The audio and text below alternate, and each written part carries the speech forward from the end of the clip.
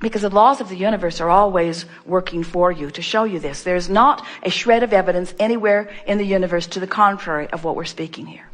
So as you hear it and you begin watching for it, it will show itself to you over and over again till you'll feel your own true power. So let's say, have you ever had an experience, it's more prevalent with men than women, but it happens, where you are having a fist fight with someone? You've actually come to blows. But there was a point before you, or before someone, we'll say you, threw that first punch. There was a point where you could have held that punch back and it would have been better. Because your nose wouldn't have been broken. And you wouldn't now be in jail. In other words, there was a point where if you had used a little willpower, a little personal motivation, you could have pulled the punch back, and even though you were so mad you were spitting bullets, it would have been better, because it got worse once the action happened from outside the vortex. You following? Mm-hmm. Have you ever been in the midst of an argument with someone where the more you spewed, the worse it got? It just got bigger and badder and bigger and badder and bigger and badder till it came to blows. Wasn't there a point where if you could have just held back, it would have been better? Aren't there things you have said that you just wish you hadn't said? But once you've crossed that sensitive line, it's crossed. In other words, you can't really take that perspective back. So in the same way that you could pull back your fists, or you could pull back those venomous words, you can also pull back those thoughts, because the thoughts lead to the words and the words lead to the behavior. In other words, it's all part of the expansion process. Because as we've been saying to you for years, if you've got negative emotion and you don't know what it means and you don't do something about diluting it and replacing it with better feelings, don't worry, it will get bigger. Because law of attraction insists that it will. And if you still don't do something about it, it will get bigger. And if you still don't do something about it, it will get bigger. Law of attraction insists that it will. And the thing that's so interesting, and this is what we so want you to hear, leading edge creators out here on the leading edge, hearing things for the first time today ever, as that whirlwind, as that vortex of what you don't want gets bigger, as that problem gets bigger, so does the solution. And it is the relationship between the problem getting bigger and the solution that gets bigger that equals the strain within you. In other words, we so want you to hear that, and you said something similar to that to us when you sat down. If the problem didn't get this big, then the solution wouldn't be this big. So the question really is, how big of price am I willing to pay for my solutions? And we want to say to you, we think you're done.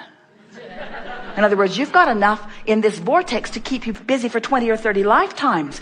We really don't think that there is any virtue in suffering into this expansion. In other words, that you will always expand, but it's really time to stop justifying where you stand by pointing out everything that's wrong. It's really time to start trying to bliss out a little. It's really time to start giving others and yourself the benefit of the doubt. It's really time to start praising more than criticizing and looking for solutions rather than problems. It's really time to start laughing instead of crying, and start complimenting instead of defending. It's really time to start looking for things that feel a little better and letting go of those things that don't feel so good. But what it's really time for is to give up the motivating action part and to begin allowing the universal forces to do the work for you. When you get in your automobile, we know you don't ever feel like it is your responsibility to get under the hood and pull belts and pulleys and pistons.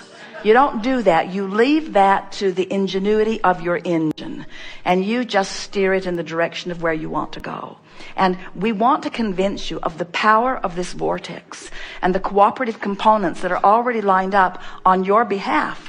And we want to make it so clear that you are the only uncooperative component. And the reason you are is because you're so busy noticing what is. You're so busy trying to ferret out the problem. You're so busy trying to justify your existence. It's time for you to just chill and accept the grandness and the goodness and the wholeness and the worthiness of that which you are, and stop defending anything to anyone, especially to yourself. If somebody says to you, as parents often said to you when you were little, why did you do that? Your answer must be, because I wanted to.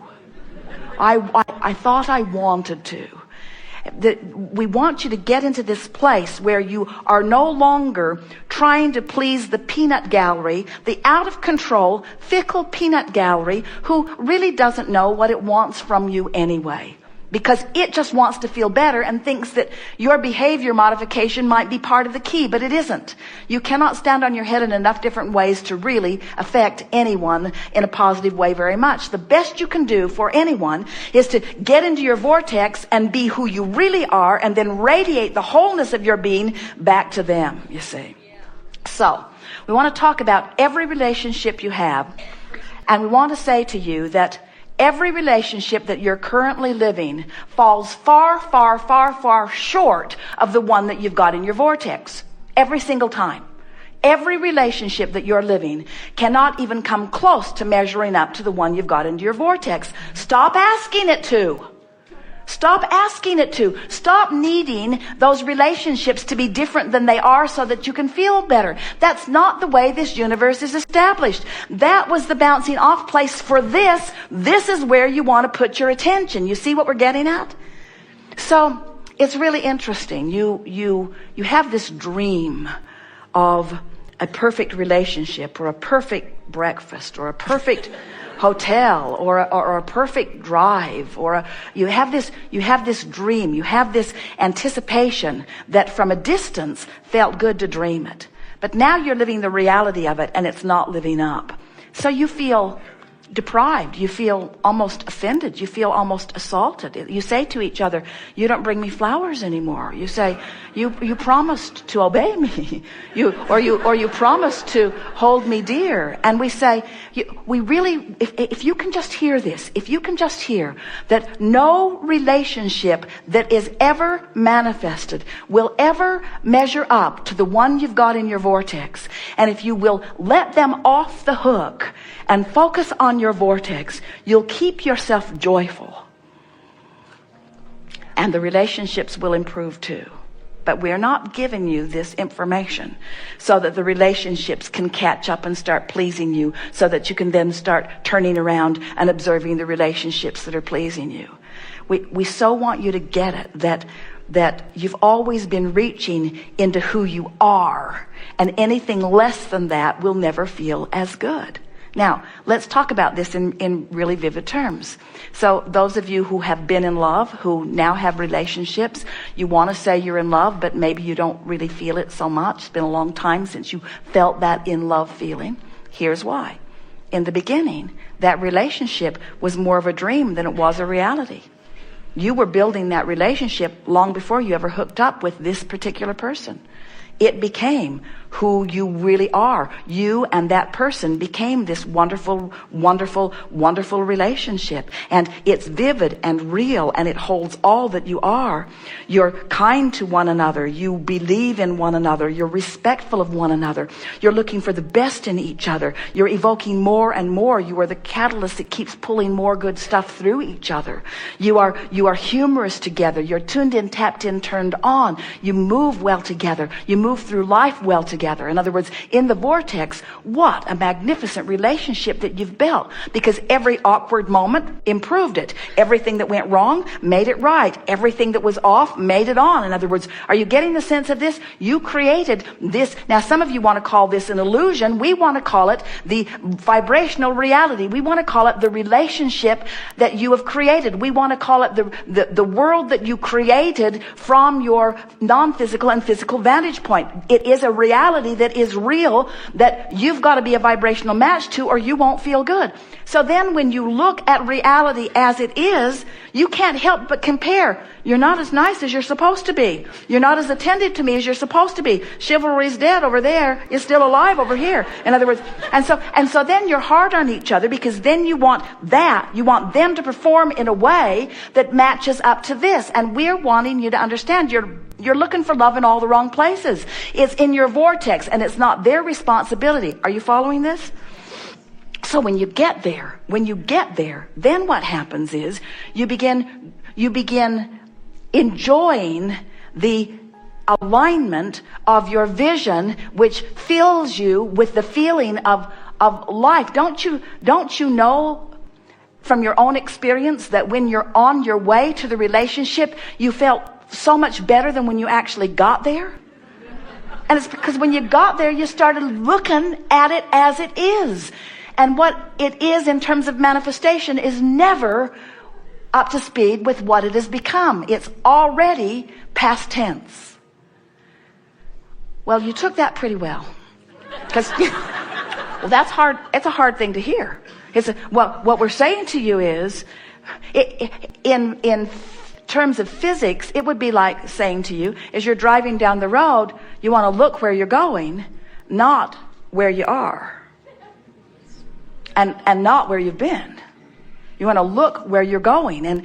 And while that's simplistic and really almost silly, it's the same idea. We want you to look toward what will manifest, but we want you to look toward what is. We want you to feel the realness of who you are. So now, speculate just for a little bit. Think about how, have you ever, let's find some simple ideas. Have you ever got an idea that you'd like to refurbish your house or buy new furniture? And do you remember that, how good it felt? Did you ever look through catalogs and kind of start forming an image of how you'd like it to look? And didn't it feel better than when you got into the throes of trying to gather it all up? Or pay for it? Or find someone who could coordinate it? In other words, isn't it easier to feel good in the envisioning stage? And what we want you to come along, and we can feel you starting to move with us. What we want you, if we could convince you that your life is about the way you feel, then it wouldn't matter to you if you're dreaming the new furniture or if you're placing it. If we've really convinced you that how you feel is where it's at. So movie makers just keep dreaming new movies. Authors just keep dreaming new books. Songwriters just keep writing new songs. The creative people never rest on their laurels. The happy creative people only stay happy and creative because they keep writing the next song. You see what we're getting at? They keep painting the next painting. Do you really think the world needs another painting? No, but painters want to paint. Sculptors want to sculpt. Songwriters want to write songs. Musicians want to make music. In other words, you're getting the hang of it, aren't you? In other words, you want to flow the energy. That's how you mold the clay. You want to flow the energy. You want to think the good feeling thoughts. You want to sing the good feeling songs. You want to think the good feeling thoughts. You want to think the good feeling thoughts. You want to think the good feeling thoughts. You don't want to think bad feeling thoughts. You want to think the good feeling thoughts. Now think about it. As we watch people building empires, as we watch relationships coming together, as we watch movements coming into being, do you know that far and away the majority of the movement happens before there is any physical stuff that even comes into being? In other words, as you dream your empire, as you dream your dream employees, as you dream your dream product, as you dream the world's response to it, as you dream that, it's all pure because there's no reality that's clashing with it. You got to dream it as you wanted to dream it. But when you start facing reality and reality clashes with the dream, that's when you lose your connection and that's when your dream slows down.